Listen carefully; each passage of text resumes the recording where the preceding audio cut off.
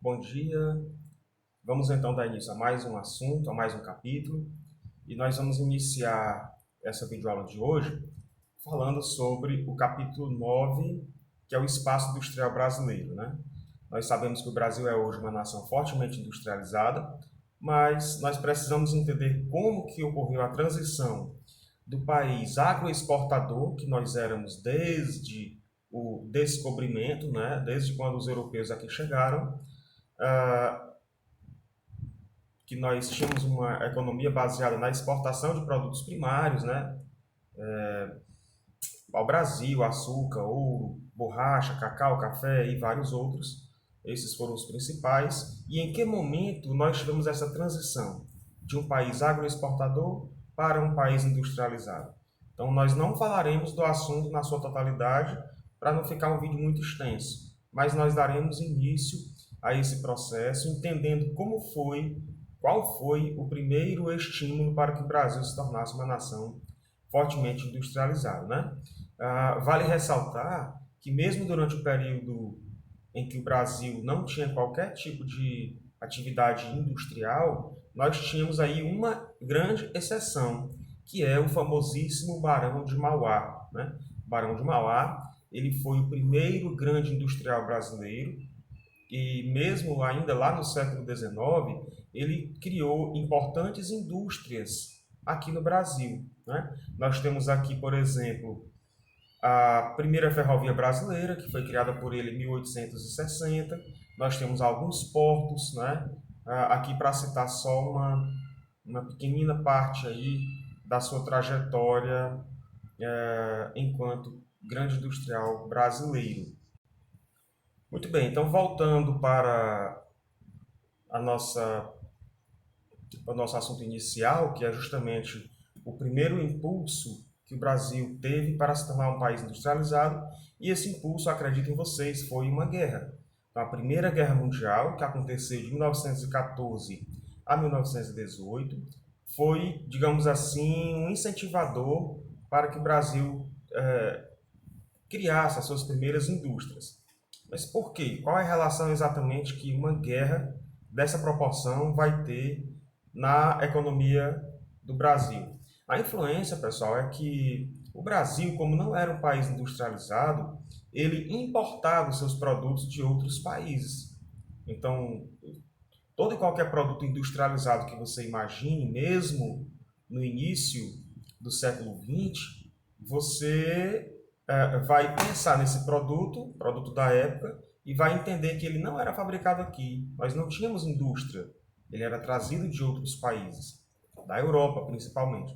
Quando nós temos então o início da Primeira Guerra Mundial, então nós vamos ter esses países que eram os nossos fornecedores interrompendo a exportação de produtos para outros países, inclusive para o Brasil. Porque esses países, essas nações da Europa Ocidental, principalmente, elas estavam envolvidas na guerra. Então, todos os países, seja na Primeira, seja também na Segunda Guerra Mundial, que são países industrializados, quando eles entram em guerra, eles redirecionam a sua produção industrial para itens que são prioritários para a guerra. Então, não há como você imaginar um país, por mais industrializado que fosse ainda lá no início do século XX, em duas frentes. Uma frente que seria a guerra em si e a outra frente que seria mantendo as suas transações econômicas. Então,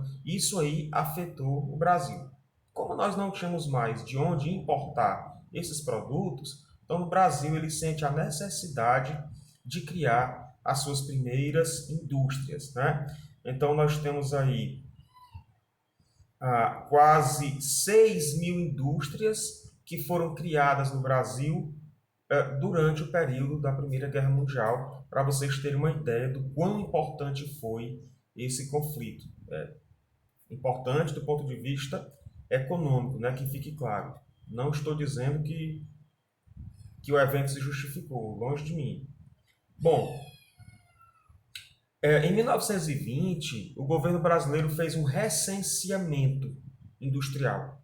Vocês sabem que recenseamento é uma contagem, né? Nós estamos muito habituados a falar do recenseamento populacional, que é feito pelo IBGE, Instituto Brasileiro de Geografia e Estatística. Inclusive, este ano, não fosse a pandemia da Covid-19, estava previsto para acontecer um recenseamento, porque ele acontece de 10 em 10 anos, né? Mas aqui nós tivemos um recenseamento industrial. Foi feito um em 1907 e foi feito um outro em 1920. Pois bem, esse recenseamento de 1920, que teve como finalidade principal fazer um balanço da evolução, né, daquele início, daquelas primeiras indústrias que estavam se instalando no Brasil. Esse recenseamento ele constatou que de 1907 a 1920 o número de indústrias no país havia aumentado 4 vezes, né? Então aí nós temos então uma dimensão do quão importante foi aquela ausência dos nossos fornecedores, porque isso aí acabou sendo um combustível para que o Brasil então criasse as suas primeiras indústrias, né? Bom, então esse período aí da Primeira Guerra Mundial é justamente a primeira fase do processo de industrialização do, do Brasil, né? E nós temos então alguns fatores que nós devemos ressaltar, nós devemos analisar para que nós possamos entender melhor, né? Apenas a guerra em si atuou como esse combustível? Não, na verdade foi um conjunto de vários fatores que se complementaram. Então nós não podemos esquecer que no final do século XIX, 1888, nós temos então a famosa abolição da escravatura, né? A escravidão ela foi abolida, todos aqueles africanos ou descendentes de africanos que estavam aqui escravizados, eles foram então libertos, né? E aí você vai ter todo um problema, né? Problema decorrente dessa libertação dos escravos, porque é a questão da mão de obra. O Brasil, como eu falei agora no início, ele era um país de economia agroexportadora, então nós tínhamos uma pauta econômica voltada para a exportação de produtos primários. O café era o carro-chefe, mas não só o café, tinha outros produtos também. E justamente eram os escravos quem eram responsáveis pela mão de obra, quem fornecia a mão de obra, né? Mão de obra escrava. Com a saída dos escravos desse cenário, você vai ter então um problema que é a questão da mão de obra, né? E isso inclusive serve de motivo, é um dos principais motivos, se não o principal, para que o governo brasileiro criasse o programa de imigração. E aí o governo brasileiro vai trazer os primeiros imigrantes lá no final do século XIX, e esses imigrantes, em primeiro momento, são imigrantes de países da Europa, como a Itália, a Alemanha e outros, né? Você tem aí, por exemplo, o estado do Rio Grande do Sul, que ele tem forte colonização italiana e alemã, e aí você vai ter outros estados do Sul e também do Sudeste, onde você vai ter mais fortemente aí essa presença de descendentes de imigrantes. Bom, então essa chegada dos imigrantes ao Brasil, né, ela também foi um fator importante. Muitos desses imigrantes vieram para cá e aqui criaram também as suas primeiras as suas empresas, que para nós aqui eram indústrias importantes, como indústrias têxteis, por exemplo, né, indústrias de tecido e outras similares. Bom, desculpem, nós temos também aí a questão de grandes regiões agrícolas muito importantes para a economia brasileira que estavam altamente desorganizadas. Isso também contribuía para uma mudança de atividade, uma mudança de foco econômico. A questão das migrações, né, do êxodo rural, fazendeiros e demais homens do campo estavam indo embora para a cidade. Isso também vai contribuir para esse processo. E, principalmente, nós temos a questão da estruturação que nós já tínhamos por conta do café, né? Nós tínhamos, por exemplo, a cidade de São Paulo, onde nós temos aí o Porto de Santos, que é o maior porto brasileiro e um dos mais antigos também. Esse porto ele já estava totalmente, estrategicamente posicionado, digamos assim, na questão da exportação do nosso café. Então, toda aquela estrutura que já havia no país por conta da exportação do café, ela foi utilizada então para possibilitar ao Brasil pleitear um posicionamento aí dentre as nações mais industrializadas do mundo, né? Que é o que nós somos hoje. Embora sejamos um país em desenvolvimento, nós temos então uma indústria muito forte, né? Somos um país altamente industrializado. Bom, e também o capital oriundo do café. Os grandes barões do café, como eram chamados aqueles produtores e exportadores do grão, eles reinvestiram aqueles dividendos oriundos do café na atividade industrial, né? Então você vai ter uma migração dos investimentos que eram feitos somente no café e agora passam a ser feitos também na recém-atividade econômica chegada ao Brasil, que era a indústria, né? Então, isso também é muito importante. Não à toa, São Paulo é a cidade mais industrializada do Brasil. Não à toa foi no estado de São Paulo que nós tivemos uma forte concentração industrial lá no início desse processo. Isso não foi coincidência. Isso foi justamente por conta da estrutura que já havia, estrutura essa motivada pelo café. E após a Primeira Guerra Mundial, como ficou a economia brasileira? Será que nós já poderíamos ser considerados, então, um país industrializado? Já tínhamos indústrias, já havíamos aumentado em 4 vezes o número de indústrias, desde o início do século XX até o ano de 1920. Mesmo assim, nós não podíamos ser considerados um país industrializado. Nós já tínhamos, é verdade, um crescimento industrial ali, para aquela primeira fase, um crescimento importante, né, que foi motivado pelos fatores que nós acabamos de falar. Entretanto, a nossa estrutura econômica ainda é baseada na exportação de produtos primários, né? Não somente grãos, como também produtos oriundos da pecuária, da criação de gado, né? Então, tanto é que ainda hoje o Brasil é um país que tem ainda as suas ligações agroexportadoras. Quer dizer, hoje, né, século XXI, onde nós já somos um país que tem digamos assim, um legado, nós já temos uma importância industrial, sim temos, mas nós não deixamos de lado a nossa vocação agroexportadora. Quer dizer, o Brasil era um país, pelo menos na primeira metade do século XX, apenas um país de economia agropecuária, né?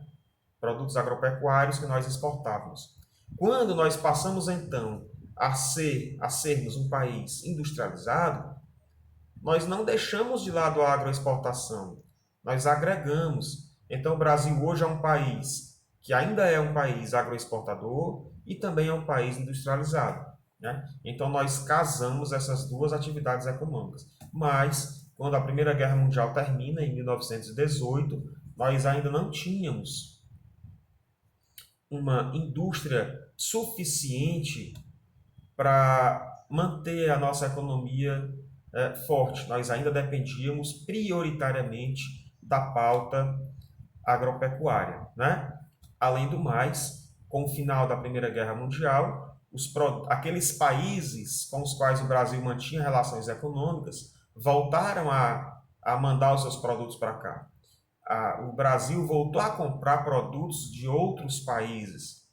Mesmo o Brasil já produzindo muitos desses produtos, mesmo assim, ele não conseguiu evitar de importar produtos dos seus antigos parceiros comerciais, por vários motivos. Os produtos brasileiros eram mais caros do que os produtos importados. Os produtos importados eram de qualidade superior aos produtos brasileiros. Então, só esses dois fatores já tiram praticamente os produtos brasileiros da concorrência, né? É claro que a nossa indústria continua atuando, mas esses dois fatores aí acabaram não favorecendo que nós, naquele momento, pudéssemos nos sobressair sobre os produtos de outros países. Bom, e aí, paralelo a esse processo de surgimento das primeiras indústrias no Brasil, que eram indústrias do setor têxtil, também fábricas de bebidas artesanais, né, como cachaça e outras, né, eram indústrias, né, você não deve imaginar uma indústria com o porte tecnológico de hoje, obviamente, né, mas eram indústrias que tiveram um papel importante aí naquele momento. Paralelo a isso, nós temos também subsidiárias de grandes indústrias estrangeiras chegando ao Brasil no começo do século XX. Nós temos, por exemplo, a Ford, que chega aqui em 1910, portanto, antes do início da Primeira Guerra Mundial. A Primeira Guerra só começa em 1914. Nós temos a General Motors, que também chega em 1910. Nós temos a Pullman Standard, que era uma empresa que fabricava trens, né? Ela chegou aqui em 1913, também antes da Primeira Guerra Mundial. E aí nós temos a Belgo Mineira, que foi a primeira grande siderúrgica que nós tivemos aqui no Brasil, mais especificamente em Minas Gerais, que foi instalada em 1921. Nós vamos falar no próximo vídeo dessa sequência, né, na próxima aula, na próxima videoaula, sobre o papel importante que a indústria siderúrgica tem no processo industrial como um todo, né? Então, no momento, nós temos aqui essa subsidiária de uma siderúrgica estrangeira, mas nós vamos ver que o presidente Getúlio Vargas, mais à frente aí na nossa linha do tempo, ele vai criar uma usina siderúrgica estatal, ou seja, do governo brasileiro. Mas voltando aqui, nós estamos ainda lá na primeira metade do século XX. Bom, então essa foi a primeira fase do processo de industrialização do Brasil, né? Na sequência, nós falaremos, então, sobre as mudanças significativas e que foram fundamentais para que o Brasil se tornasse realmente um país fortemente industrializado, que são as mudanças implementadas na era Vargas, certo? Então, a aula de hoje é só para a gente entender essa primeira fase, para a gente entender como foi que esse processo teve início, mas a gente vai, pouco a pouco, aí, entendendo melhor esse processo de industrialização do Brasil, certo? Valeu!